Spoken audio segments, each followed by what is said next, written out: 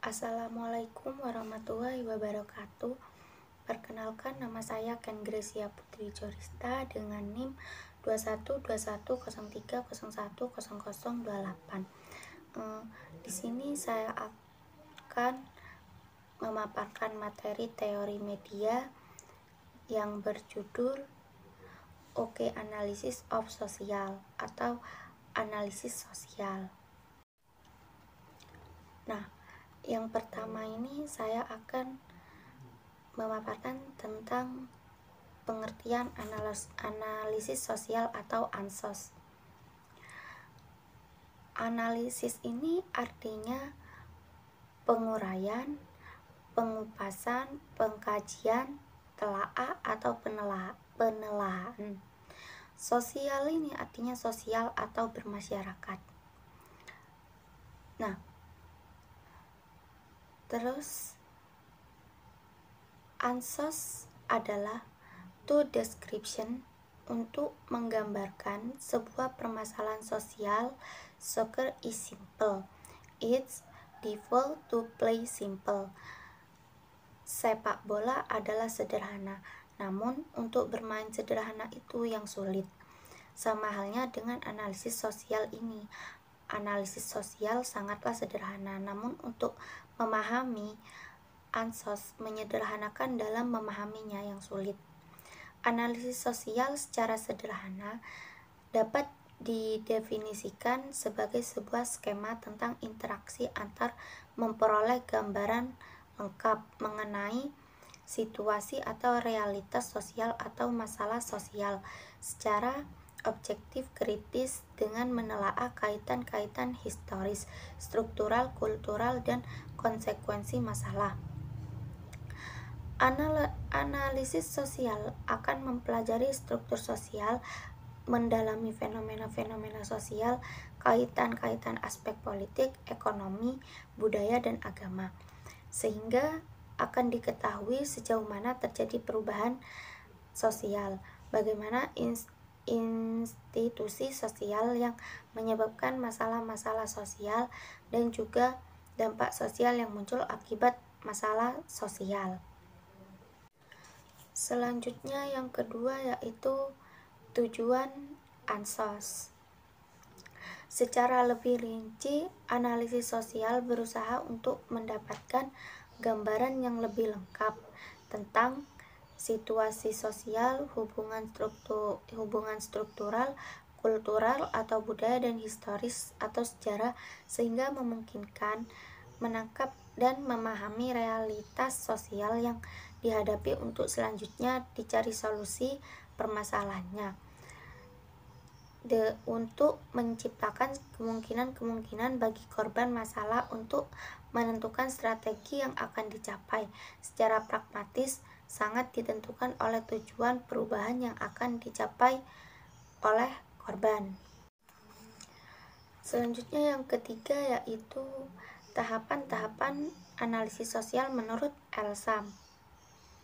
Analisis sosial perlu menurut lembaga Elsam karena beberapa hal berikut. Pertama, berguna untuk identifikasi dan pemahaman masalah secara lebih seksama sampai tahap melihat akar masalah dan ranting masalah. Kedua, dapat digunakan untuk mendalami potensi atau kelemahan, kekuatan, peluang, tantangan yang ada dalam komunitas. Ketiga, bermanfaat untuk membangun ukuran dengan lebih baik bagi kelompok yang dirugikan. Keempat, digunakan untuk membangun prediksi berupa tindakan-tindakan sebagai upaya untuk mengubah keadaan. Nah, analisis sosial ini memiliki beberapa tahapan. Yang pertama, tahapan persiapan. Yang kedua, tahapan kunjungan lapangan. Ketiga, tahapan pemilihan data. 4, tahap penentuan masalah. 5, tahap prioritas masalah. Dan yang terakhir, tahap akar masalah.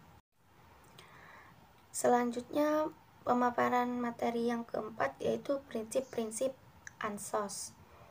Yang pertama, partisipatif atau pelibatan berbagai pihak untuk mencari kebenaran. Kedua, menggunakan konsep perubahan struktur dan relasi-relasi kekuatan yang dianggap problematis oleh masyarakat. Yang ketiga, penelitian sejarah. Argumentasi sejarah sangat penting untuk memberikan gambaran masa lalu sebuah masyarakat. Yang keempat,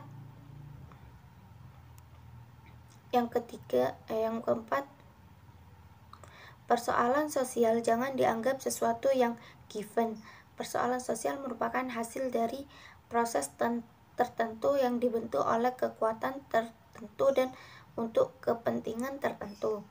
5. Metode kerangka berpikir yang dipakai dalam analisis sosial harus sensitif. Dengan instrumen kekuasaan wujudnya bisa macam-macam, misalkan justifikasi ilmiah sebagai alat rekayasa. Dan yang keenam, harus dilakukan secara terus-menerus. Selanjutnya yang kelima yaitu manfaat dari analisis sosial atau ansos. Yang pertama, menumbuhkan kepekaan terhadap sekitar. Nah, maksudnya ini berani untuk memulai menganalisis permasalahan sosial, mampu meningkatkan kepekaan. Terus yang kedua yaitu memberi kontribusi yang baik. Nah, titik balik dari keterpurukan dimulai ketika seseorang menyadari ada sesuatu yang salah dalam lingkungan sekitar. Yang ketiga, melatih otak untuk berpikir kritis. Maksudnya ini ketika mencoba mengamati dan memecahkan masalah, seseorang tak lepas dari yang namanya berpikir. Yang keempat, memberikan pengalaman. Sebagai kata pepatah, pengalaman adalah guru terbaik. Rupanya tak hanya isapan jempol. Berbicara, melihat, dan ditinggal bersama dengan masyarakat, memberikan pengalaman serta wawasan baru bahwa di dunia ini setiap insan itu unik. Yang keenam yaitu objek-objek ansos atau analisis sosial. Secara umum, ansos ini dibedakan objek-objek ansos ada 4, yaitu yang pertama masalah sosial, misalnya kemiskinan, pelacuran, kriminalitas, pengangguran, dan lain-lain. Yang kedua sistem sosial, misalnya budaya, tradisi, sistem pemerintahan, dan lain-lain. Ketiga, lembaga sosial, misalnya sekolah, rumah sakit, lembaga desa, dan lain-lain. Yang terakhir, kebijakan sosial, misalnya dampak minyak goreng mahal, UU ITE, dan lain-lain. Materi yang ketujuh yaitu aliran analisis sosial. Yang pertama, analisis fungsionalis. Nah, ciri dari aliran ini melihat fungsi dari pelaku sebagai tanggapan logis atas munculnya fenomena sosial, bersifat pragmatis, tidak memihak.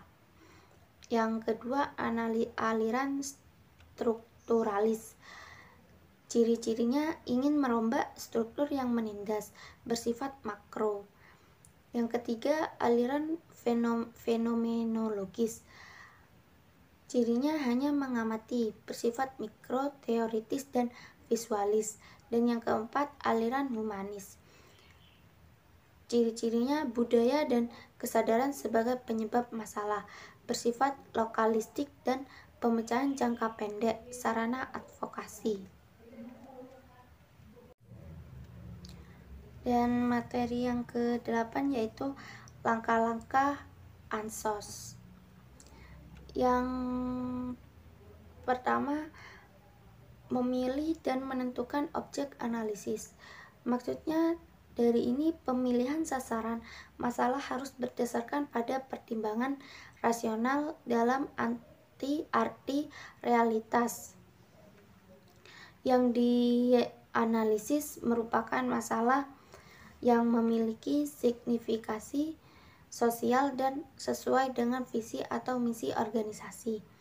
Kedua, pengumpulan data atau informasi penunjang.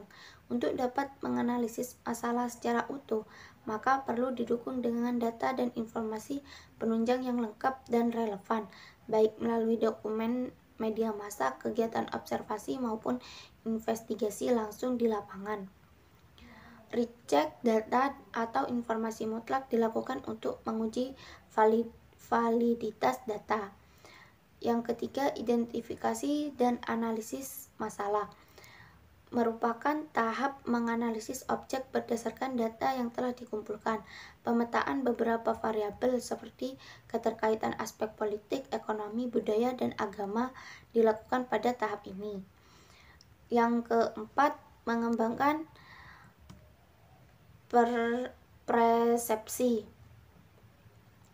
Setelah diidentifikasi berbagai aspek yang mempengaruhi atau terlibat dalam masalah, selanjutnya dikembangkan persepsi atas masalah sesuai cara pandang yang objektif. Pada tahap ini akan muncul beberapa kemungkinan implikasi konsekuensi dari objek masalah, serta pengembangan beberapa alternatif sebagai kerangka tindak lanjut. Dan yang kelima, menarik kesimpulan.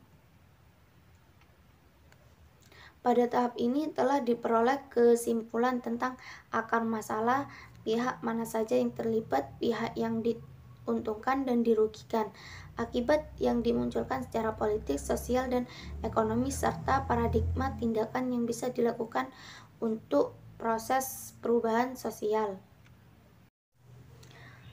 Nah, itu saja pemaparan materi tentang analisis sosial dari saya. Kurang lebihnya mohon maaf. Wassalamualaikum warahmatullahi wabarakatuh.